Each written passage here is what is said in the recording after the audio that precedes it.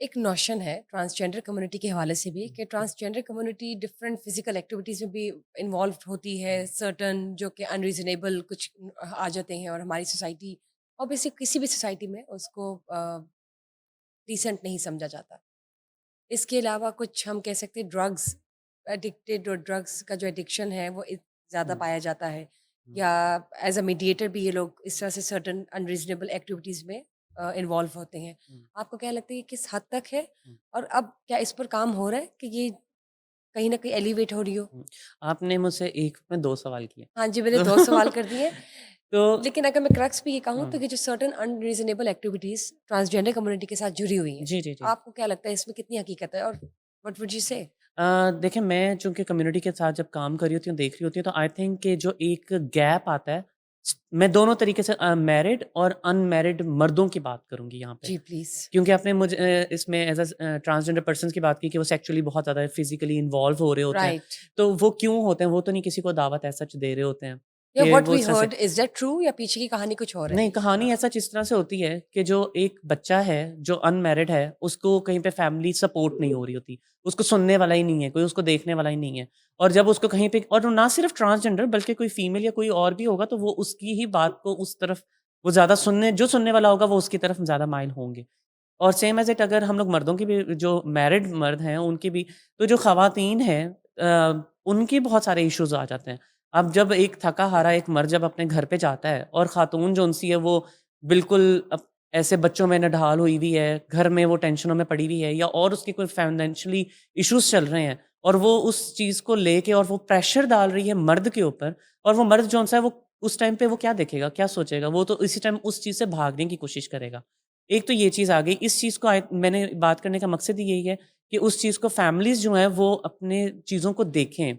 उस वो सोचें कि हमारा गैप कहाँ पे आ रहा है, उस गैप को ख़त्म करने की बहुत वो ज़रूरत तो है। ठीक है। आपने ना उसके साथ-साथ जी, जी। आपने कुछ इसमें ऐड किया है। हुँ, मतलब ये तो चले it's a normal healthy relationship of a male and a female as hmm, being married hmm. And growing their family as, लेकिन इसमें इनका जो बीच में गैप आ रहा है वो तो फिर एक्स्ट्रा मैरिटल अफेयर्स या एक्स्ट्रा अफेयर्स वो हो तो गए। मैंने दोनों के तो लिए कह क्या, दिया ना, हाँ, तो क्या फीमेल्स भी हैं ये भी और है कि वो वल्नरेबल कम्युनिटी को भी टारगेट करते हैं अगर उनको घर से प्यार या मोहब्बत या वो अटेंशन नहीं मिल रही, अटेंशन डिप्राइव्ड हैं देखिए अगर, उस टाइम पे तो वो खुद डू वल्नरेबल यू बने वांना होते से हैं। दैट?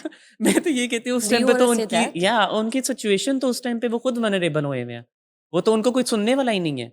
उस टाइम पे तो वो उनकी अगर आप कंडीशंस आप मर्दों की आप देखेंगे और जब वो अपने ही उस फ़ेज़ के अंदर रहने वाले जो डिफरेंट इश्यूज़ या डिफरेंट चीज़ों को फ़ेस कर रहे हैं और वो जब उस चीज़ को सुन रहे होंगे, देख रहे होंगे, तो उन लोगों को तो वो चीज़ हो रही होगी कि भई हमें तो यहाँ से वो चीज़ लेकिन सुनने को मिल मैं रही है यहाँ ना। से यहाँ पे ये आपसे पूछना चाहती हूँ और प्लीज़ मुझे भी क्लियर कीजिएगा, जी। जो मुझे समझ आई है कि आप ये कहना चाह रही हैं कि अगर कोई अटेंशन माँग रहा है या कोई रिलेशनशिप चाह रहा है, या हुँ। मियाँ-बीवी हो गए या कोई और हो गया, तो वो ट्रांसजेंडर कम्युनिटी के साथ इसलिए इन्वॉल्व होते हैं because they are not able to get attention from the same opposite gender? ये कहना चाह रही हैं आप? जी, मुझे समझ जी, नहीं जी, आई। जी। मैं यही कहना चाह रही हूँ कि जब आपके जो अपने हैं, जो आपके फैमिली रिलेशनशिप्स जिनके साथ आपके हैं, जब आप उनके साथ वो आपको सही अच्छे तरीके से जब ट्रीट नहीं कर रहे होते हैं सो दे गो टू और द अदर साइड। क्योंकि बहुत टाइम पे हमारे पास बहुत कम्युनिटी आती है और वो कह रहे होते हैं कि भई वो जो जो मर्द उनके साथ मसले शेयर कर रहे होते हैं, वो यही शेयर कर रहे होते हैं, अपनी फैमिलीज़ इश्यूज़ शेयर कर रहे होते तो हैं मुझे मेरे और साथ उसके शेयर अंदर कीजिए। अगर उनकी कहीं पे कोई इंटेंशंस या कोई उनकी किसी भी किस्म की कोई आपस में रग़बत हो रही है सोच के ऊपर भी कह सकते हैं। जिस तरह से कई इंसान बहुत मेंटली बहुत डिस्टर्ब होता है, जब उनको कोई सुनने वाला होता है, तो उनको वो लोग अच्छे लगने लग जाते हैं।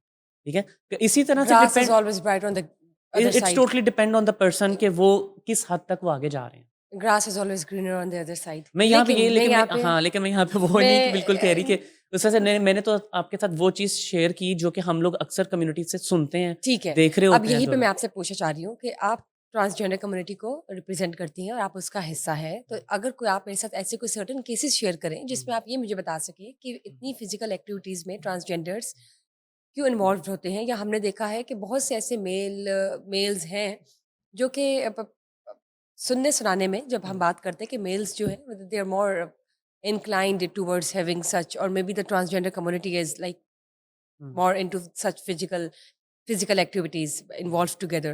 सो क्यों? क्योंकि उनको घर में टेंशन नहीं मिल रही थी, आप ये कहना चाह रही हैं? जी, आपके उनको पास कोई घर ऐसा में केस है तो मेरे साथ शेयर कीजिए। ऐसे केसेस या कोई ऐसा बताए खुद केसेस से, हैं। बताएँ हाँ, प्लीज़, क्योंकि बताएँ, शेयर हमारे करें। जब जो मर्द आता है हमारे कम्युनिटी के पास और वो आके यही चीज़ शेयर कर रहा होता है कि मेरी वाइफ़ के साथ उसकी जो बहनें हैं, वो बातें इतनी कर रही होती हैं, मुझे इतने मसले होते हैं और मुझे उससे मतलब एक्चुअली जो शुरुआत तो उनकी इसी तरह से ही होती है, अपने इश्यूज़ को प्लीज़, डिस्कस प्लीज़, हाँ करते जी, हुए। बताइए। और उसके बाद वो जो टाइम जब थोड़ा-सा और होता है, तो उसके बाद अगर उनकी बहुत ज़्यादा आपस में इंटेंशंस हो जाती हैं, बहुत स्ट्रॉन्ग हो जाती हैं और वो फिर उसके बाद किसी एक्टिविटीज़ के अंदर इन्वॉल्व हो जाएँ, that is their personal thing.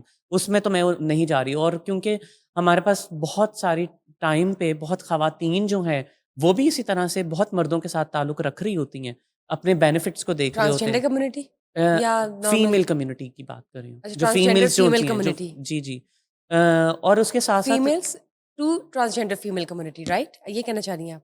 नहीं, नहीं, जो मैं फीमेल की बात कर रही हूँ, ट्रांसजेंडर की बात नहीं कर रही हूँ। अगर मैं ट्रांसजेंडर फीमेल की बात करूँगी, वो एक अलग मतलब से हो आम जाती है। फीमेल्स का किनके साथ होता है ताल्लुक? क्या कहना चाह रही हैं? जो फीमेल्स होती हैं, उन लोगों के जब मैंने कहा है कि मर्दों के साथ भी जब कोई ताल्लुक होते हैं, तो वो क्या कर रही होती हैं, फीमेल्स भी तो उनकी बात ही सुन रही होती हैं, उन लोगों के साथ ज़्यादा से ज़्यादा ताल्लुक उनके बना रही होती हैं और हालाँकि पता होता है कि वो मैरिड इंसान है क्या और वजह? उसके बाद क्यों?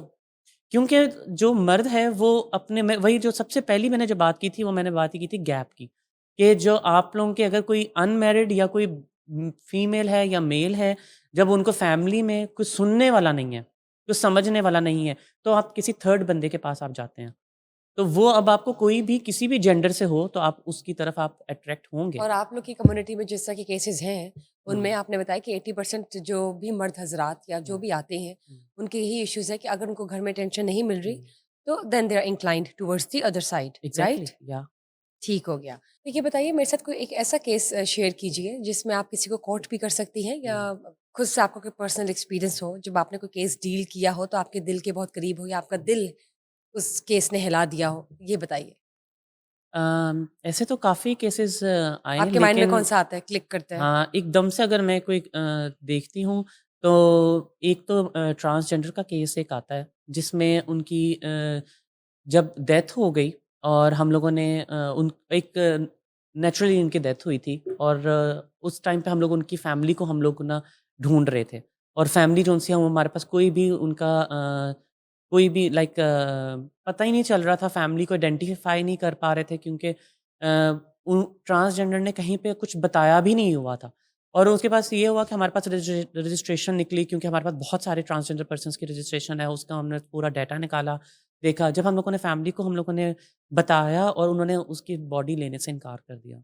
और ये अभी रिसेंटली ही ये अभी ऑलमोस्ट 1 वीक अगो ये केस अभी हुआ है और उस टाइम पे वो बहुत एक तकलीफ़ हुई कि फैमिली आपने फैमिली ने पढ़ी-लिखी थी या आपको लगता है कि नहीं नहीं, वो इतनी सेटल पढ़ी-लिखी नहीं थी, लेकिन उसके जो पेरेंट्स हैं, उसकी सिर्फ़ बहन थी और पेरेंट्स जो उनसे उनकी डेथ हो गई थी और भाई वगैरह भी थे, लेकिन भाइयों ने भी उसकी बॉडी लेने से इनकार कर दिया। उन्होंने कहा कि हमारा इसके साथ कोई ताल्लुक नहीं है और हमारी तरफ से आप बेशक इसको लावारिस करके आप इसको दफ़ना दें।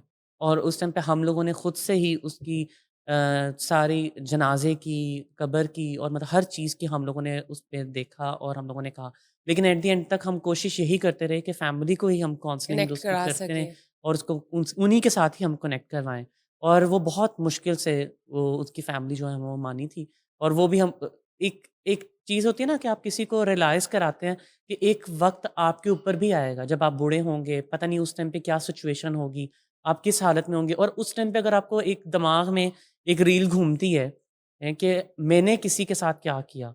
तो उस टाइम पे अगर आपको बहुत ज़्यादा कहीं पे नेग्लेक्ट हुआ तो फिर आपको लिए बहुत तकलीफ़ दे वाली चीज़ होगी। बिल्कुल ठीक बात की आपने।